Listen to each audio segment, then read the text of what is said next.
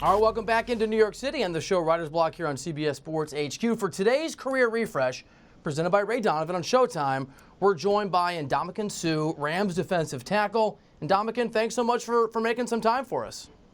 Thanks for having me. It's always a pleasure. The pleasure's all ours. Thanks to our friends at Ray Donovan. One of the themes of the show this week is career refreshes, and you've had one in Los Angeles, first year with the Rams. You guys are on a tear. You're playing great.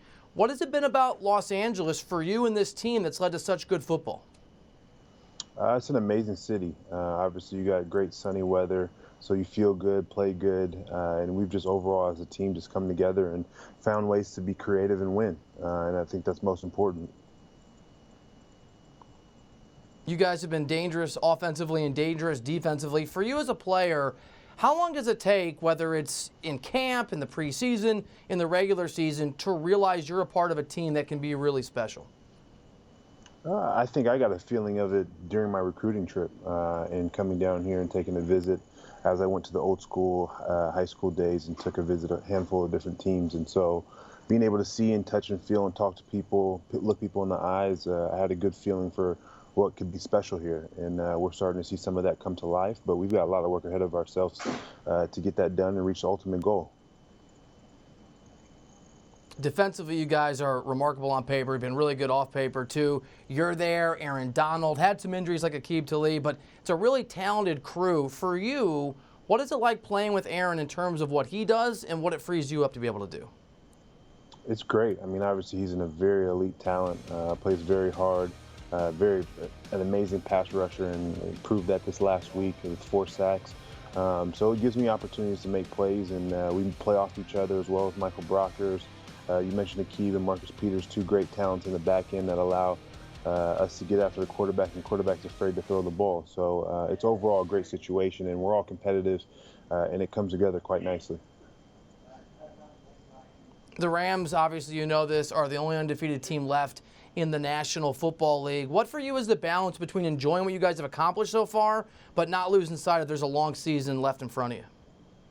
Yeah, we all realize there's a long season, and our first goal is to win our division, in which we had to go this past weekend and take a big part of that down. So we've beaten all 3 teams in our division, and we have to continue to focus on that particular piece. And to answer your direct question of not feeding into the success of being 7-0, it's great. We take a 24-hour period victory lap around the circle, have fun with it, enjoy it. But we understand on Mondays we're going to break down the film, understand our mistakes, and we have a great team, and we have a huge target on our back. But you can't be a target if you're going out there and attacking other teams. And Dominican, individually, you have 3 sacks already this season. Just in terms of your personal performance and trying to help the team, what's been the biggest difference playing on the Rams this year versus previous seasons with different teams? I would say the biggest difference for me is primarily playing all 3 positions on the defensive line, playing from nose tackle to 3 technique to 5 technique. And for me, I've always prided myself on being able to be flexible and being able to adjust and adapt, and I'm getting the biggest test of that this year, which has been great for me. I enjoy it. I'm all about winning and being able to fit in as what's asked of me. And so being asked to do a lot of different things, I've got to compartmentalize 3 different positions, which is challenging but fun at the same time. You guys held the Niners to 10 points a couple days ago. You guys have the 4th best, I think it's 4th best scoring defense in the National Football League. You have had a couple games where you've given up 30-plus points. What is the ceiling? What is the high side, the best case scenario for this defensive unit when everybody's healthy and you guys feel like you're all on the same page? I think we haven't reached there, and I think that ceiling is unknown. As you mentioned, because we've had injuries, we're missing some of our key players. But we have a lot of young guys that have stepped up and done a tremendous job for us, and we've expected that from them, and they've understood that. This is unfortunately one of the leagues that there's a 100% injury rate. So at some point in time, you're going to be stepped up to ask and do something different. And guys have been able to do that. So once we get hopefully 100% healthy going into the playoffs or whatever it may be towards the end of the season, when we get everybody back, that's where we'll really find out where our defense is, and we'll be able to understand where our true ceiling is, and hopefully there's no ceiling. undefeated teams usually do a lot of things well. The offense for the Rams has also been extraordinary, third in the league in scoring, averaging 33 points a game. I mean, I could name so many of the guys in that team. There's so many talented players on that offensive side. As a defensive player, are you happy that you don't have to face you don't have to face that offense? Do you wish there was the challenge? Like, what's the balance being a guy that stops other offenses and watching your offense get it done time and again against good defenses? I think one of the best things about us, why we're successful, is we compete all the time. So we have challenges, whether it was in camp, whether it's right now, we're in the grueling grind of the season. We compete and we talk crap back and forth each and every single day.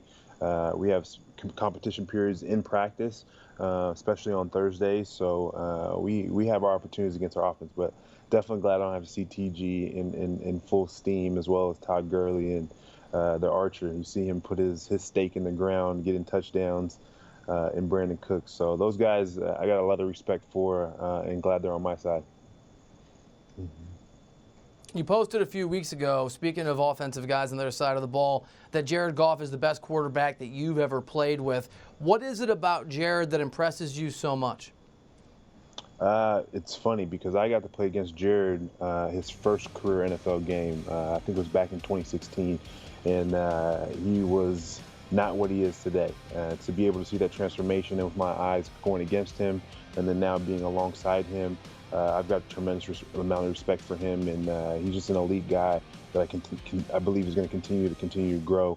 And I'm excited for him, and that's why I made that statement, and that's something I believe in. This might be an unfair question, so by all means, don't answer if you don't want to, but present company excluded, not including you.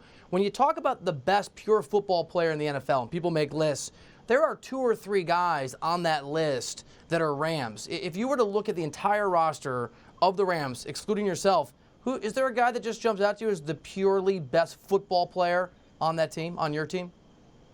I think there's a lot of different athletes that are pure football players, and I think a body of work is only going to continue to prove that. So I can say a lot of different names, but I'll reserve the right not to, just because at the end of the day, you have to look at somebody's body of work, and that's when you'll be able to say that they're a pure football player, and they've always been able to do it year in and year out.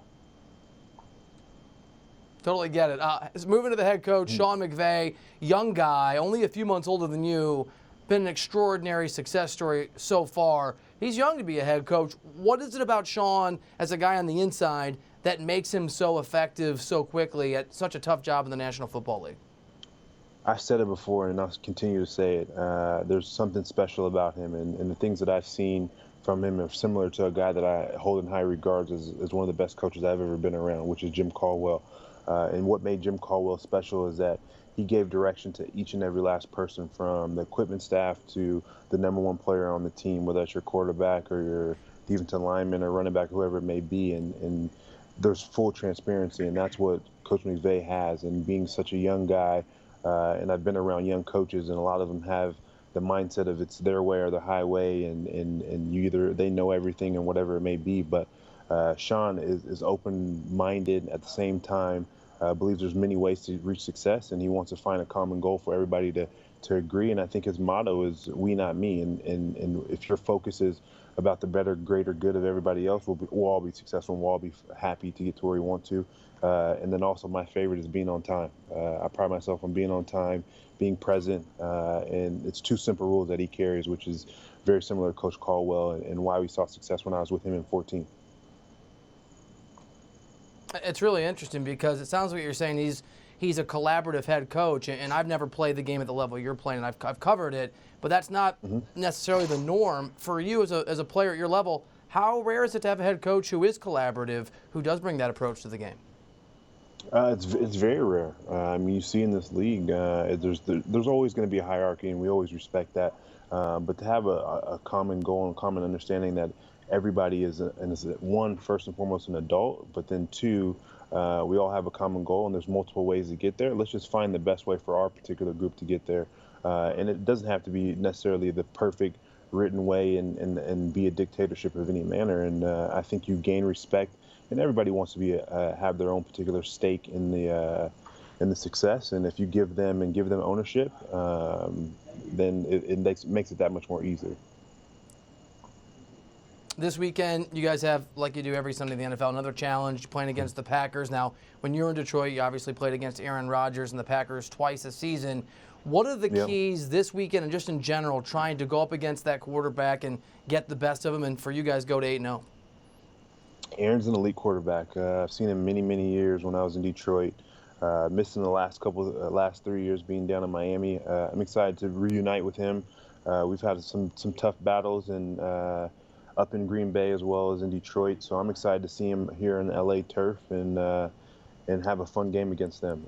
They're a team that's always very dangerous, and we fully respect them as we do every single team in the NFL.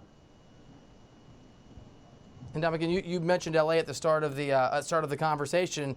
It's really the epicenter of sports right now. You guys are undefeated. The Dodgers are in the World Series. LeBron James is a Los Angeles Laker. What's the sports vibe like right now in Southern California?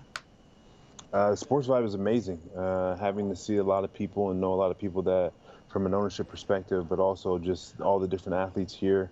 It's a great place to be. It's a huge mecca of sports right now, and I think it's going to only continue to get better, especially as each team gets successful. As you mentioned, the Dodgers in the World Series, us playing at a high level, LA starting their season off, having a little trouble, but I mean, obviously LeBron's going to turn it around for them, as well as all the other guys. So I'm excited to just watch it.